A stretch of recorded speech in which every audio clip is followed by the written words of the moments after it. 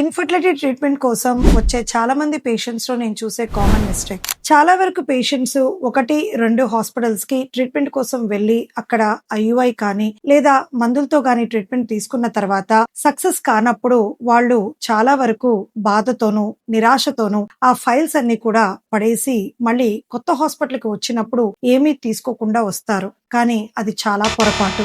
ఎందుకు అంటే ముందు తీసుకున్న ట్రీట్మెంట్ కానీ, రికార్డ్స్ కానీ, స్కాన్ రిపోర్ట్స్ కానీ, రక్త పరీక్షలు కానీ, హెచ్ఎస్జి రిపోర్ట్ కానీ ఇవన్నీ మళ్ళీ ఫర్టిలిటీ స్పెషలిస్ట్ చేయాల్సిన అవసరం ఉండదు. సో ఆ రిపోర్ట్స్ ఉండటం వల్ల మనకి సమయం మిగులుతుంది, ఖర్చు తగ్గుతుంది, వేగవంతంగా మనము తీసుకోవాల్సిన ట్రీట్మెంట్ ఏంటి, మార్పులు ఏంటి అని ఆ డాక్టర్ తీసుకోగలుగుతారు. అండ్ ఆ మెడికల్ రిపోర్ట్స్ అనేవి కాగితాలు మాత్రమే కాదు, అది మాకు ఇచ్చే ప్రాపర్ ఇన్ఫర్మేషన్. సో ఆ మెడికల్ రికార్డ్స్ ఉండటం వల్ల స్కాన్ రిపోర్ట్స్ కానీ, మందులు కానీ, ఏవైతే ఇంజెక్షన్స్ తీసుకున్నారో అండ్ హార్మోన్ రిపోర్ట్స్ కానీ ఇవన్నీ మనకి ఉపయోగపడేవే కానీ అవి అవసరం లేదు అని ఎప్పుడు అనుకోవద్దు. అవి ఉండటం వల్ల మనకి త్వరగా ట్రీట్మెంట్ తీసుకునే అవకాశం ఉంటుంది. సాధ్యమైనంత వరకు ఆ దంపతులు ప్రెగ్నెన్సీ వచ్చే అవకాశం ఖచ్చితంగా ఉంటుంది. మీరు ఫర్టిలిటీ ట్రీట్మెంట్ తీసుకున్నట్లయితే మీ స్కాన్ రిపోర్ట్స్ కానీ, బ్లడ్ రిపోర్ట్స్ కానీ అన్ని చాలా జాగ్రత్తగా